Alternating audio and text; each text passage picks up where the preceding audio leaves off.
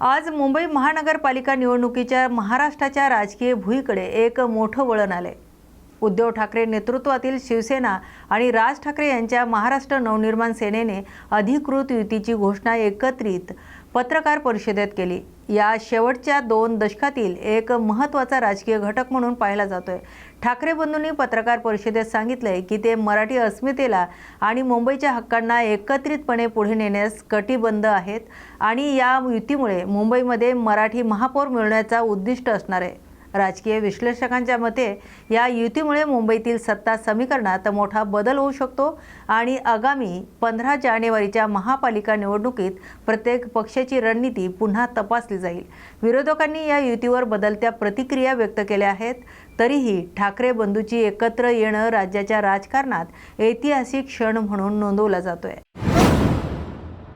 आज नाशिक महानगरपालिका निवडणुकीच्या पार्श्वभूमीवर शिवसेना खासदार संजय राऊत यांनी भाजपवर जोरदार व्यंगपूर्ण टीका केली। राऊत म्हणाले की भाजप विरोधी पक्षांचे नेते त्यांच्या पक्षात जात आहेत, त्यामुळे इतकाच विकास हवा असेल तर ट्रम्प आणि फ्रान्सचे अध्यक्ष मॅक्रॉन सुद्धा भाजपमध्ये सामील होतील, असा त्यांचा कटाक्ष होता। राऊत यांनी यावेळी भाजपने विरोधी पक्षांचा अनुभव अधिकारी आणि नेते फोडून घेण्याचा आरोप लावलाय आणि नाशिकमध्ये विरोधी पक्षांचे अनेक माजी महापौर आणि नेते भाजपमध्ये प्रवेश करत आहेत, या स्थितीवर त्यांनी चिंता व्यक्त केली। राज्य राजकारणाच्या या ताज्या वळणामुळे आगामी नगरपालिका निवडणुकीतील राजकीय समीकरणात मोठा बदल होण्याची शक्यता दिसते आणि विरोधी पक्षांमध्ये भाजप विरुद्ध एकत्र येण्याची चर्चाही सुरू आहे।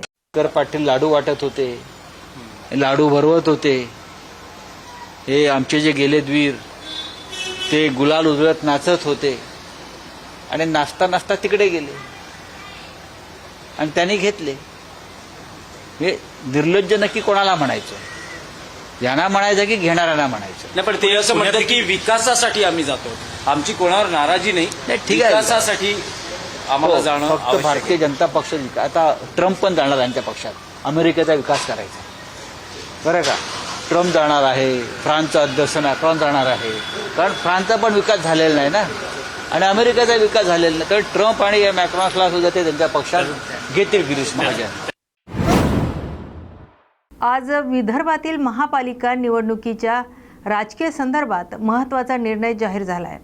नागपूर, चंद्रपूर, अकोला आणि अमरावती या 4 महानगरपालिका सत्ताधारी भाजप आणि एकनाथ शिंदे यांचे शिवसेना युनियन महायुतीच्या तक्त्याखाली एकत्र लढण्याचा निर्णय घेतलाय, तर चंद्रपूर आणि अकोला या दोन महापालिकांमध्ये अजित पवार नेतृत्वाखाली राष्ट्रवादी काँग्रेस महायुतीत सहभागी होत आहेत आणि तिथेही महत्त्वाची युती आकार घेतली जाते। या निर्णयामुळे राज्यातील महापालिका निवडणुकीच्या राजकीय चित्राला नव्या दिशेने वळण येण्याची शक्यता आहे। या युतीमुळे महायुतीचा प्रभाव विदर्भात मजबूत होत जाणार असल्याचं मत राजकीय विश्लेषकांचं आहे। आज नवी मुंबई आणि महाराष्ट्रातील 27 महापालिका निवडणुकीच्या संदर्भात महत्त्वाची बातमी समोर येते।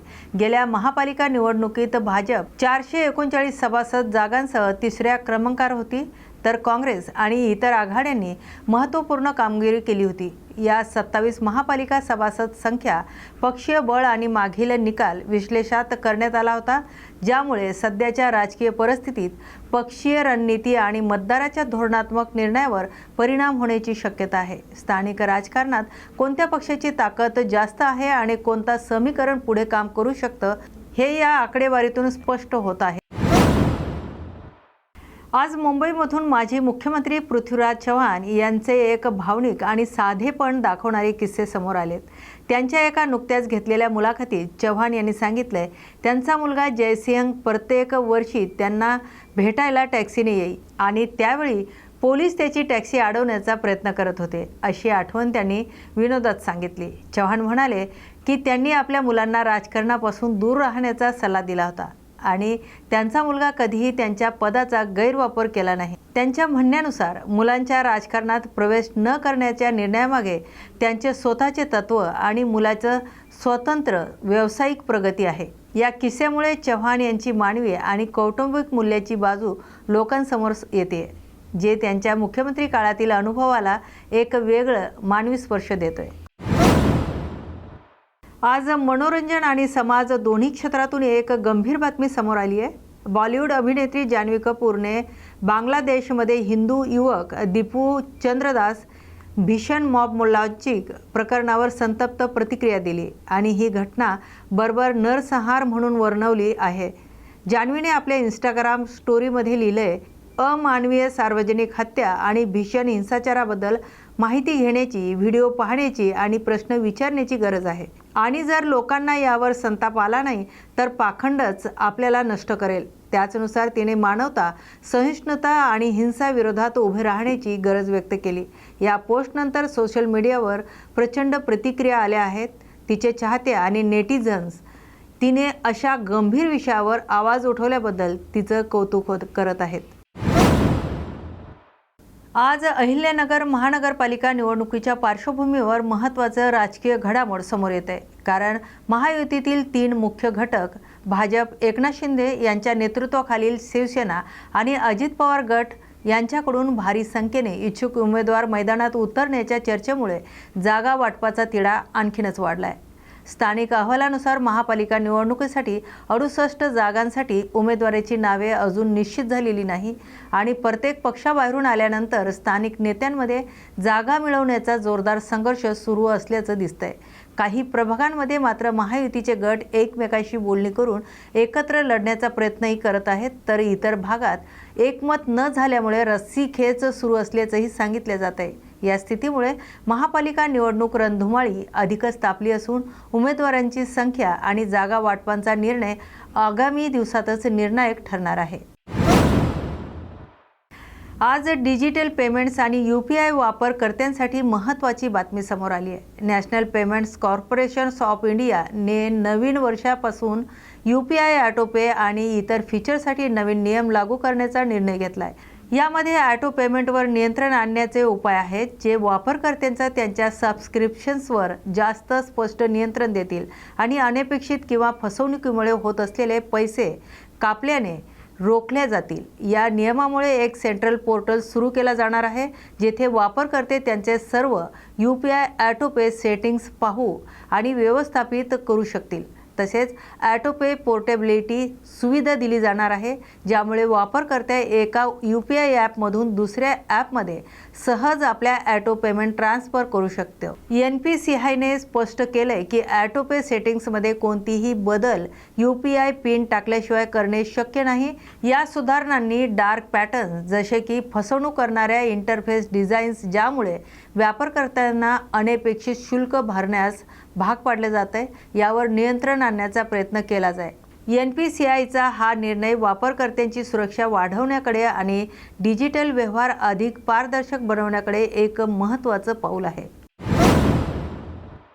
आज राष्ट्रीय विमान प्रवास विषयक ताज्या अपडेटमध्ये इंडिगो एअरलाइन्सकडून मोठा ऐलान झाला आहे. डिसेंबरच्या पहिल्या आठवड्यात देशभरात इंडिगोच्या फ्लाईट्स रद्दीकरणामुळे आणि विलंबामुळे हजारो प्रवाशांना गंभीर अडचणींना सामना करावा लागतो. आता कंपनीने अशा प्रभावित प्रवाशांसाठी 10,000 ट्रॅव्हल्स वाउचर जारी करण्याचा प्रक्रिया आजपासून सुरू केली आहे, ज्याचा वापर पुढील 12 महिन्यापर्यंत कोणत्याही इंडिगो फ्लाईटसाठी करता येईल.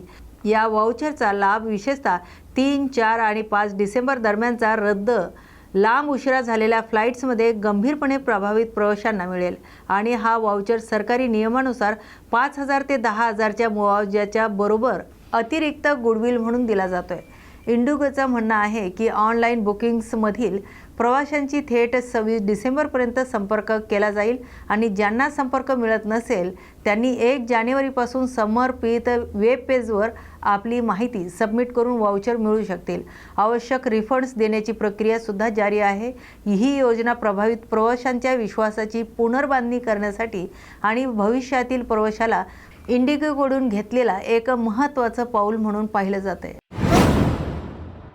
आज जळगाव महानगरपालिका निवडणूक 2026च्या राजकीय समीकरणात मोठा बदल जाणवतोय. मिळालेल्या माहितीनुसार सत्ताधारी पक्ष भारतीय जनता पार्टी विरोधात विविध राजकीय गटांनी एकत्र येण्याची चर्चांनी जोर पकडला आहे. एका बाजूला एकनाथ शिंदे तर दुसऱ्या बाजूला अजित पवार नेतृत्वाखाली राष्ट्रवादी काँग्रेस यांच्या युतीची शक्यता दर्शवली जाते. तर दुसऱ्या बाजूला उद्धव ठाकरे आणि शिवसेना आणि भारतीय राष्ट्रीय काँग्रेस यांचाही आवाज ऐकण्याची तयारी आहे. या संभाव्य युतीमुळे निवडणुकीतील राजकीय समीकरणात बदल होण्याची शक्यता आहे. कारण स्थानिक राजकारणात भाजपला रोखण्यासाठी विरोधी पक्षांमध्ये गुप्त बैठका आणि चर्चा सुरू आहेत. असा हा महाआघाडीचा विचार सत्ताधाऱ्यांसमोर नवा चॅलेंज ठरू शकतो.